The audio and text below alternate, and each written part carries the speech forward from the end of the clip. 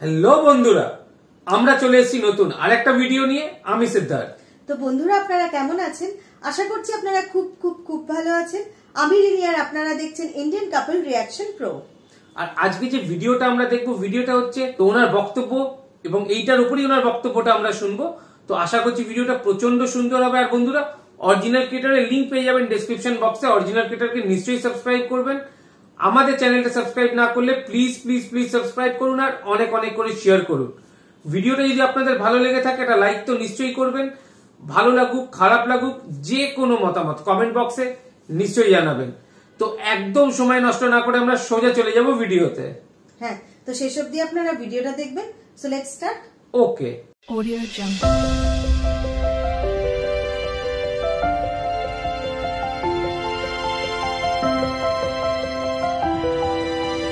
Audio Jungle. জীবনের সর্বশেষ যে কাজটা কথাটা বলেছিলেন সেটা ছিল কি?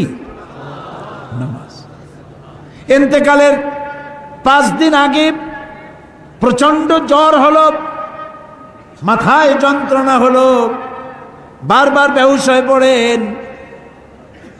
যে রাত্রে ইন্তেকাল করবেন সেই রাত্রে সাহাবায়ে কেরাম কেউ ঘরে ফেরে নাই, সবাই কাঁদতেছে। সকলের ধারণা নবীজি খুব তাড়াতাড়ি বিদায় হয়ে যাবেন। ঘরের মধ্যে স্ত্রীরা কাঁদেন, জামাই কাঁদে, নাতি নাতনি কাঁদেন। সব থেকে বেশি কাঁদছেন হযরতে মা ফাতিমা রাদিয়াল্লাহু তাআলা আনহা। রাসূলুল্লাহর হুশ এলো, হযরত ফাতেমার কান্না দেখে কাছে ইশারা করে ডাকলেন, কানে কানে কি যেন বললেন।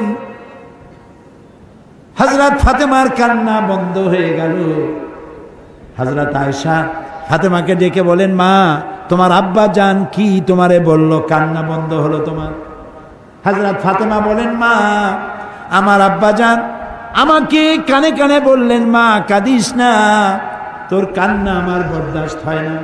আমি তোমাকে সুসংবাদ শোনাই, আমি মরে যাওয়ার পর সবার আগে তোমার সাথে আমার দেখা হয়ে যাবে।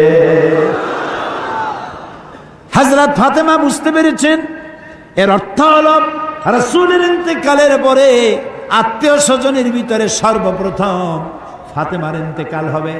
হয়েছিল তাই। রাসূলুল্লাহ বেহুশ হয়ে পড়লেন, আবার হুশ হলো, আবার বেহুশ হলেন।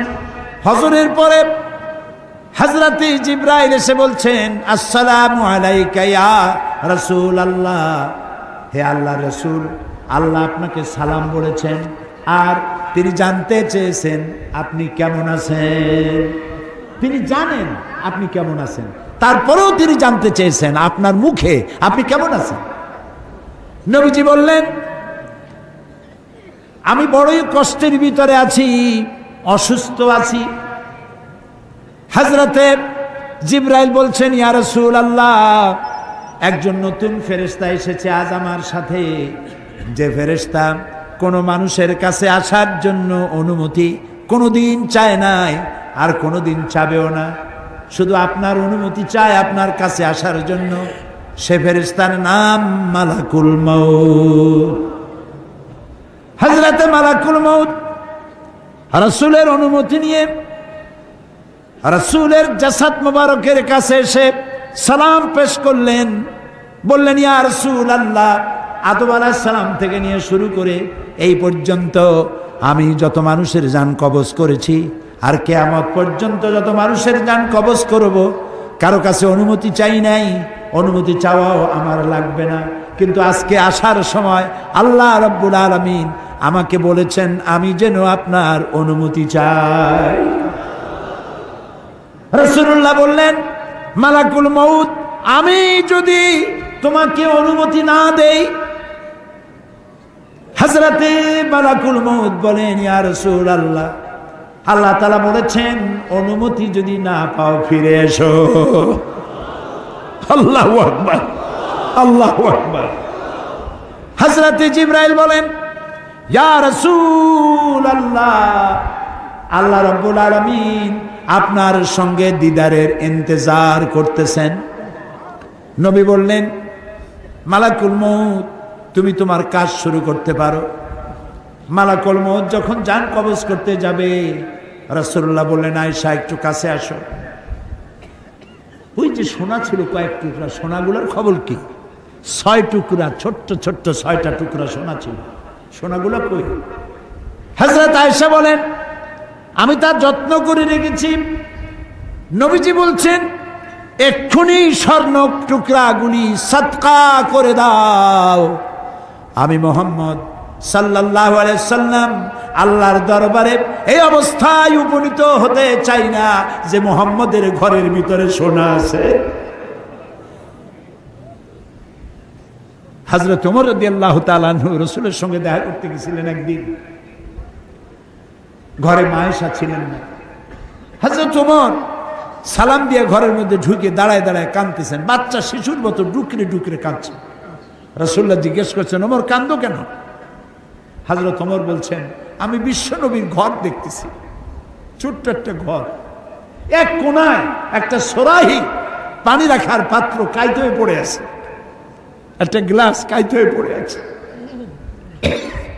আর এক কোনায় 1 কেজি কি আধা কেজি জব পড়ে আছে, আর রাসূল শুয়ে আছেন দড়ি দিয়া বুনানো একটা খাটিয়ার উপরে, চাদর নাই, বালিশ নাই, হাত মোবারক মাথার তলে দিয়ে শুয়ে আছে, পিঠ মোবারকে দড়ির দাগ কেটে আছে। হযরত ওমর বলছেন, ইয়া রাসূলুল্লাহ, আমি তো বরদাস্ত করতে পারছি না। বিশ্বনবী, তার পিঠে দড়ির দাগ, পানির পাত্র কাইত হয়ে পড়ে আছে, খাট নাই, বালিশ নাই, আপনি আমাকে অনুমতি দেন, আমি আপনার জন্য একটা তোষক বানাই নিয়ে আসি।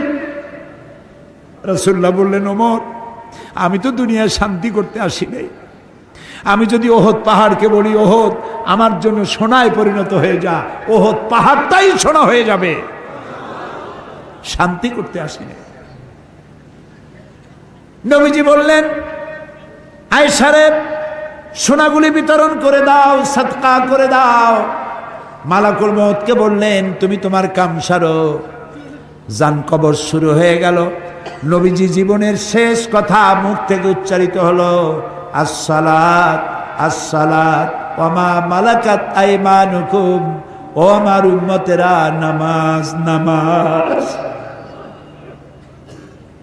ইন্তেকালের সময় মেয়ের কথা বললেন না, নাতির কথা বললেন না, জামাইয়ের কথা বললেন না, উম্মতকে স্মরণ করালেন, ও আমার উম্মতেরা, নামাজ ছেড়ে দিও না, আর তোমার অধীনস্থ ব্যক্তিদেরকে জ্বালা যন্ত্রণা দিও না, চাকর বাকরের জ্বালা যন্ত্রণা দিও না, গরিব মানুষের দিকে লক্ষ্য রেখো। আর আমি চিরজনমের মতো তোমাদের থেকে বিদায় নিয়ে গেলাম, নামাজ ছেড়ে দিও না।